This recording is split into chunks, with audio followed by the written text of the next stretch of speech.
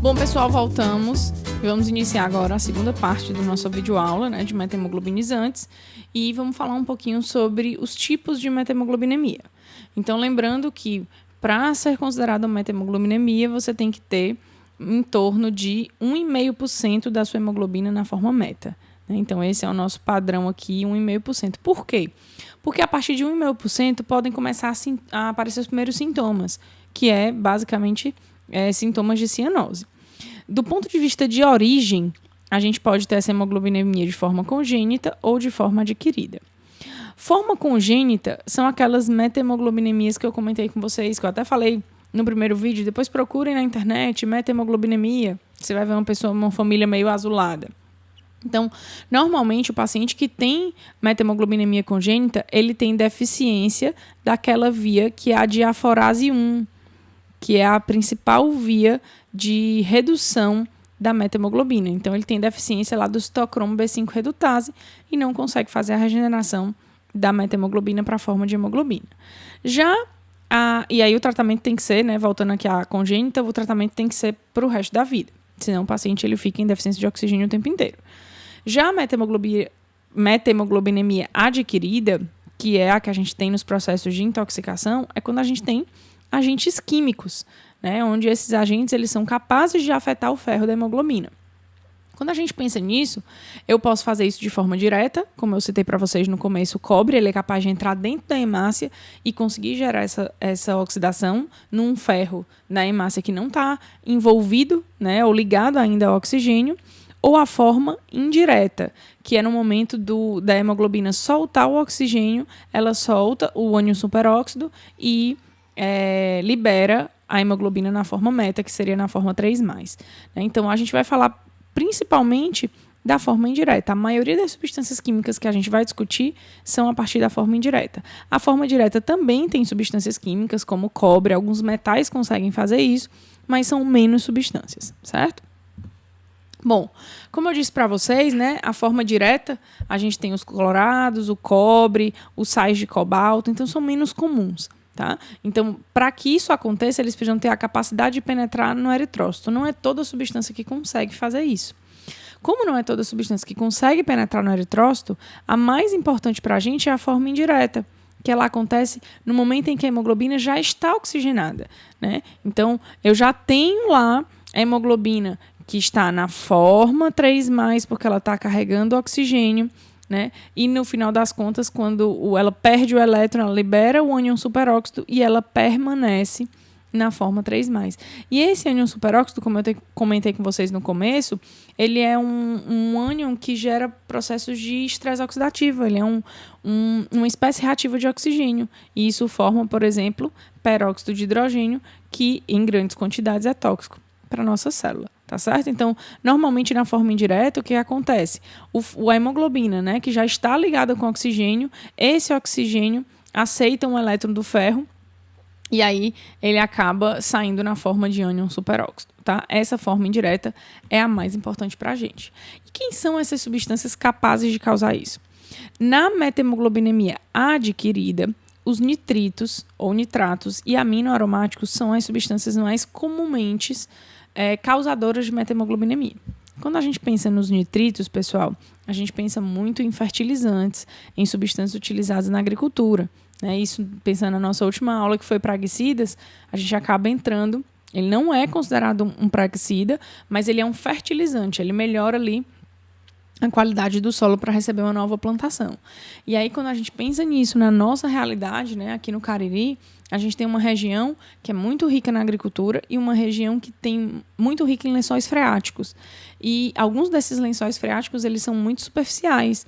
Então, quando você coloca esses fertilizantes no solo, você acaba muitas vezes contaminando esses lençóis freáticos a partir desses nitritos e isso chega nas pessoas através da água. Então, quem toma água que vem de poço, né, ou água sem algum tipo de tratamento ou industrializada, né, como essas de fonte, que na verdade não é industrializada, mas vem de fontes onde você garante que não tem esse tipo de contaminação, pode acabar tendo acesso a essas substâncias via a água. Né? A Unicef ela disse que em torno de 1,5 milhão de pessoas ou 1,5 milhão de crianças morrem no mundo por causa da água, né? E aí os fertilizantes entram nisso, não, obviamente, é culpado por 1,5 milhão de crianças, mas a água ela é um veículo, né, que ela é essencial na vida de todo mundo e isso muitas vezes traz doenças, traz patógenos e pode trazer consigo substâncias que sejam metahemoglobinizantes.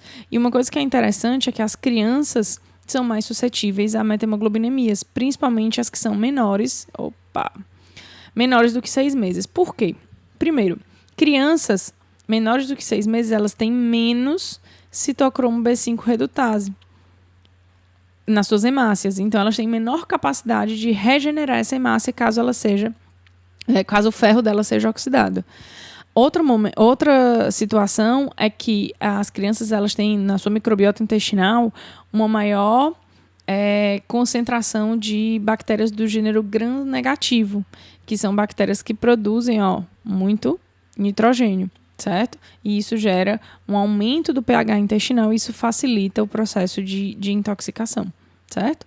A oxidação na hemoglobina fetal e até 6 meses é considerada a hemoglobina é mais suscetível justamente por causa desses níveis de citocromo B5 redutase mais fáceis e devido à desidratação, né, um dos principais motivos de morte em bebês e recém-nascidos é a desidratação, né, muitas vezes por diarreia, isso pode facilitar a intoxicação das crianças. Então, tem que ter muita atenção a essas crianças. Então, a presença de nitrito na água, como eu falei para vocês, né, que pode vir muitas vezes a partir da contaminação de lençóis freáticos, é uma das grandes fontes de metemoglobinemia adquiridas. Tá? Na zona rural, a gente tem isso de forma mais comum e acaba gerando o que a gente chama de síndrome do bebê azul. E por que chamado síndrome do bebê azul? Por causa da cianose. Se você acaba tendo suas hemoglobinas impossíveis, né, ou parcialmente impossibilitadas de carregar o oxigênio, você acaba tendo como principal sintoma a cianose, que fica ali meio azulado, arroxeado, né? Então é chamado de síndrome do bebê azul. Lembrando que isso pode se manifestar de forma aguda ou crônica, dependendo da forma como essa contaminação acontece, como essa exposição acontece, se são pequenas quantidades a longo prazo, uma grande quantidade num curto espaço de tempo. Né? Então, ela pode se manifestar de forma aguda ou crônica. Normalmente, o principal sintoma é a cianose, então, é o azulamento, o arroxeamento. Porém, esse arroxeamento ele é refratário à oxigenoterapia. Como assim, professora? O paciente está sem oxigênio, se eu der oxigênio não resolve? Não resolve. Porque o problema do paciente não é a falta de oxigênio, mas a falta de hemoglobina apta a carregar esse oxigênio. Então, não adianta eu dar oxigênio se as hemoglobinas não estão conseguindo carregar esse oxigênio, né? Carrear, transportar esse oxigênio. Então, antes de oxigenar o paciente, eu preciso conseguir regenerar essas hemoglobinas. Então, por isso que a gente diz que é uma cianose refratária, que não responde à oxigenoterapia. Tá? E ela pode ter 3 classificações. Essa cianose pode ser considerada aparente, evidente ou potencialmente fatal. A cianose aparente é quando você tem em torno de 10% das suas hemoglobinas na forma meta. Já a gente vai ver uma tabelinha que mostra os sintomas que aparecem com as porcentagens. Vocês vão conseguir entender por que é aparente. Quando você tem, né, a partir aí de 30% dessas hemoglobinas na forma meta, você já começa essa cianose ser classificada como evidente, porque outros sintomas vão aparecer e vai ficar muito claro a falta de oxigenação no paciente. E quando você tem de 60% a 70% das suas hemoglobinas na forma meta, elas são classificadas como potencialmente fatais. Então, a gente tem aí um limite de basicamente conseguir viver com 50% da capacidade das nossas hemoglobinas, né? Mas mais que isso pode comprometer vida, tá? Então, grupos de risco, os anêmicos, porque já tem menos hemoglobinas, os pacientes que já têm problema de oxigenação, por terem doenças pulmonares crônicas, as crianças, pelo motivo que eu falei, e os idosos, tá? Então, são normalmente os grupos que correm mais risco quando expostos às substâncias que são metahemoglobinizantes. E tá aí a tabelinha que eu falei para vocês. Então, o que a gente tem aqui? A gente tem aqui a porcentagem de metahemoglobina relacionando com os sintomas que o paciente apresenta. Então, menos de 10%, embora seja considerado metahemoglobinемia, o paciente não apresenta sintomas clínicos, tá? Então, por isso que a partir de 10% é que é considerado aparente, Porque com menos de 10%, ele está em metemoglobinemia, mas eu não consigo visualizar isso no paciente. Tá? A partir de 10%, a gente consegue perceber o principal sintoma, que é a cianose perceptível na pele. Então, é o azulamento e arroxeamento. A partir de 20%, já vão começar alguns outros efeitos, como tontura por causa da dificuldade de oxigenação cerebral, dor de cabeça, taquicardia. Por que taquicardia? Porque o meu corpo entende que não está chegando oxigênio no meu corpo. Só que ele não sabe o motivo. Ele não sabe que é porque minhas hemoglobinas estão na forma meta, né? na forma do ferro oxidado. Então, ele pensa, né? Uma das formas dele tentar compensar, o meu corpo tentar compensar isso, é bombeando mais sangue. Porque pode ser que o coração não esteja conseguindo bombear sangue suficiente. Então, ele começa a gerar aumento dos batimentos cardíacos. E essa taquicardia, ela gera diretamente o quê? Ansiedade. Então, essa taquicardia com essa tontura pode gerar ansiedade. E essa ansiedade, ela vai gerar já o quê? Taquipneia. Uma outra necessidade tentativa do organismo tentar compensar. Está tentando mandar mais sangue, não está resolvendo? Vamos respirar mais, porque esse oxigênio não está chegando. Então, o paciente entra em taquicardia, entra em taquipneia, fica tonto, fica confuso, aumenta a quantidade de batimentos cardíacos, porque a taquipneia não está resolvendo. Então, quando a gente chega aqui nessa situação de 50%, o paciente já começa a entrar em coma, ter convulsão e entra em acidose metabólica. E acima de 70% é morte na certa. Mas a partir daqui, a gente já começa a tratar como potencialmente fatal. Beleza, gente? Deu para compreender? Quais são os exames que a gente pode pedir para um paciente que chega, né, com cianose ou com algum desses sintomas? A gente tem como fazer o diagnóstico preciso, quantitativo? Tem. Esse diagnóstico é feito por espectrofotometria. Você colhe sangue, acidifica esse sangue e lê esse sangue numa absorbância de 630 a 635 nanômetros e você consegue detectar e fazer o diagnóstico quantitativo e preciso da metemoglobinemia. Mas existem alguns outros testes que podem ser complementares, mas que existem alguns fatores de confusão em relação a eles. Por exemplo, gasometria. Num paciente que tem metemoglobinemia, a gasometria dele vai estar alterada? Vai. Então, é um exame que ajuda? É. Mas é um exame que só vai estar alterado na metemoglobinemia? Não. Pacientes com problemas cardíacos também pode alterar a gasometria. Então, é um exame que é importante ser pedido? Mas ele não é um exame que por si só consiga diagnosticar a metemoglobinemia no paciente, certo? Existe um outro teste que ele não é quantitativo, como a gente tem com espectrofotometria, mas que ele ajuda bastante numa triagem, tá? Que chama teste do agito. Então, no teste do agito, quando o paciente está com metemoglobinemia, o sangue dele fica numa coloração diferente. Ela fica mais escura, né? Mais assim, amarronzada. E o teste de um paciente, por exemplo, que tem insuficiência cardíaca, também vai ficar assim. Só que quando ele fica ali em repouso. Só que a diferença é que quando você agita um tubo de ensaio com um sangue com a coloração, né, amarronzada, já chegando para o violeta, assim, meio azulado mesmo, que você agita esse tubo de um paciente, por exemplo, que tem uma síndrome cardíaca, ele volta a ficar vermelho rápido, porque ele está rico em oxigênio. Ele não está ali oxigenando porque ele não está se mexendo, né? Mas quando você agita, ele volta a ficar um vermelho cor de sangue mesmo. Já o sangue do paciente que tem metemoglobinemia, você pode agitar e esse sangue não muda de cor. Então, ele seria um teste ali, né, não é quantitativo, não é um teste definitivo, mas ele me traz uma ideia de eu diferenciar uma gasometria de um paciente que tem um problema cardíaco, que o sangue volta a ficar da cor normal, e de um paciente com metemoglobinemia que não voltaria a ficar normal. Ele continuaria amarronzado, violeta, que seria a característica de um sangue que está pouco oxigenado, tá? Tratamento, pessoal. O tratamento é de suporte, então vou tentar resolver a taquicardia, vou tentar melhorar a respiração desse paciente. Porém, a gente tem eu não vou dizer, mas é considerado um antídoto. A gente tem um tratamento, que é o azul de metileno, que eu comentei com vocês lá atrás, né? O azul de metileno é um corante que ele consegue aumentar em 5 vezes a nossa via alternativa, que é a via de aforase 2, né? Essa via alternativa, ela pode ser quintuplicada pela presença do corante azul de metileno. Então, normalmente, o azul de metileno é dado por via intravenosa de 1 a 2 miligramas por quilo.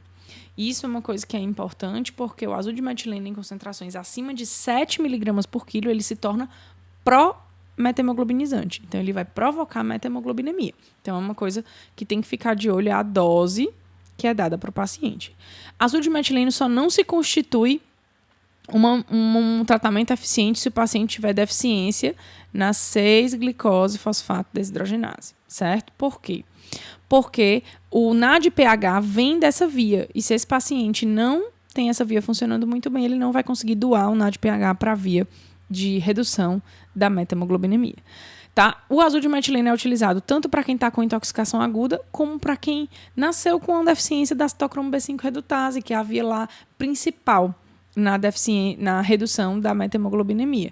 Então, na metemoglobinemia hereditária, né, na congênita, também se usa o azul de metileno, mas aí eu vou utilizar de uma forma diária, né, numa concentração de 200 a 300 miligramas, e para cada paciente, e ela vai ser feita de forma oral, não precisa ser feita de forma intravenosa, como no caso das intoxicações agudas, tá certo?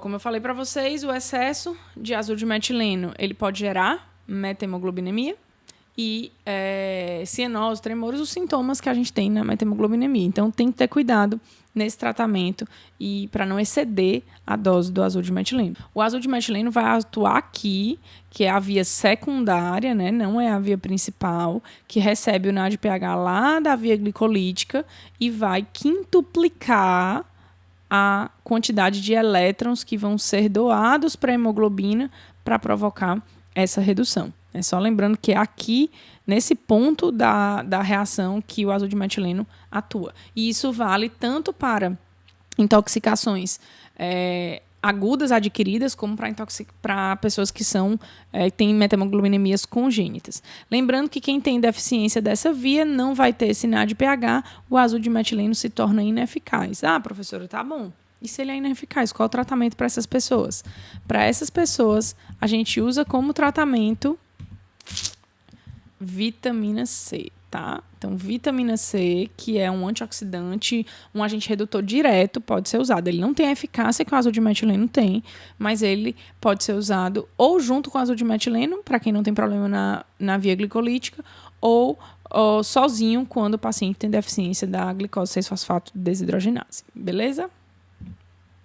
Aqui são outras substâncias que são capazes de gerar metemoglobinemia, né? Que são, a gente viu os nitritos, então os aminoaromáticos também têm essa característica. A anilina, corante de bolo, então a anilina também é metemoglobinizante. Então tá aqui, corantes. A gente tem aqui alguns medicamentos, isso que chama a nossa atenção. Olha quem é metemoglobinizante, paracetamol, gente. Olha quem é metemoglobinizante, os anestésicos locais, benzocaína, lidocaína. Tá? Então, professora, então esses medicamentos não podem ser usados? Podem, porque a quantidade de formação de metemoglobina que eles geram é baixa. Mas pensando num paciente que já tem a deficiência, né, da citocromo B5 redutase, não são bons medicamentos para serem utilizados. E o problema não é eles serem utilizados na dose que eles são normalmente utilizados, mas sim quando eles são usados em maiores quantidades. Ou quando eles são usados num paciente que já tenha algum tipo de deficiência, ou que tenha anemia, ou que tenha problema de oxigenação, como alguma doença crônica, tá? Então, quem trabalha em indústria de vidro, né, indústria de explosivos, acaba tendo contato com cloratos, com anilina, que também são metemoglobinizantes. Temos aqui os nitrobenzenos, utilizado na indústria de papel, o cobre, que eu mostrei para vocês, né, que ele atua de forma direta, oxidando lá o ferro da hemoglobina, os nitratos e nitritos que são utilizados como fertilizantes na agricultura. Então, a gente tem aí muitas substâncias que podem, de fato, afetarem as nossas hemoglobinas e gerarem algum tipo de problema nas nossas hemácias. Bom, pessoal, a gente finaliza por aqui, só conferindo, a gente finaliza por aqui. Quinta-feira a gente se encontra no nosso fórum. Se vocês ficaram com alguma dúvida, tirem no fórum. Então, vamos participar do fórum, vamos estar online junto comigo para que essas dúvidas possam ser sanadas. Eu vou colocar na plataforma também, vai estar aqui junto com vocês, junto com o vídeo, vai estar o capítulo do livro, que é o livro que vocês têm disponível na biblioteca virtual. Então, vão lá, olhem o material e quinta-feira a gente tira as dúvidas. Valeu? Até a próxima!